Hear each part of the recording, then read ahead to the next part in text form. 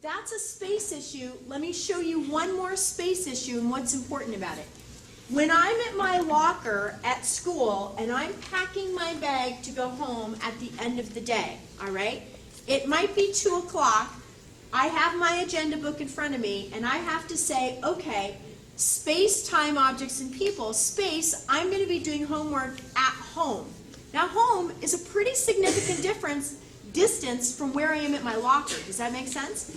And it's 2 o'clock now, but I see that I'm going to be doing my homework at 4:30 this afternoon. Does that make sense?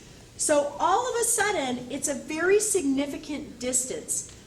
The distance between where you're imagining the plan and where you're going to carry out and execute the plan is called the spatial temporal window, or your spatial temporal capacity. It's how far into the future you can see. This is going to become really relevant when we talk about time strategies this afternoon, because here's the scary part. This is developmental. 2-year-olds, guess how far into the future they can see? Now, they can't, okay? 3 to 5-year-olds can only see 5 to 20 minutes in front of them and often not in a different space outside of them. Look at this. Why do you think all of our 16-year-olds blow off their essays, right? Because if you assign me an essay that's due in a week, that is so far out, I can't visualize it. And by the way, executive function skills are not fully developed until 23 to 36 years of age if you're on a normal trajectory. That's why your mom and dad didn't like you till you came home from college. And here's the other thing about this. If you have ADHD, the hallmark of ADHD in many ways, as Russell Barkley describes, is time blindness. Those kids have 2 modes of time, now and not now. So you assign a kid to study for a test, well, it's not now, right? I'm doing this now, that test is not now. And if you think about this, it's not until I can pull this into my future view that I can really start working on something. So our job, and if you are delayed, and we know that the development of executive function skills is 3 to 3.5 years delayed in kids with ADHD, I might be 12 right here, but in fact, I might be operating more like a 3rd grader. I may not be able to see over time. So our job is to grow and build this spatial temporal window. That's what we have to work on. So this is our model of executive function skills. It's the ability to stop, to pre-imagine what the future is going to look like.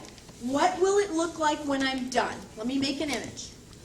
How am I going to move? What steps do I need to take to make it look like that?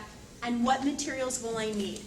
As soon as I have done that future task planning, then when I get into the right space, I can then execute the plan. I get those materials, I do the task while self-monitoring the passage of time, and I know when to stop.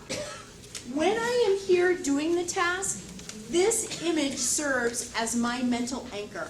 That's what allows me to compare plan versus actual. If you don't do this, then there's nothing to compare to.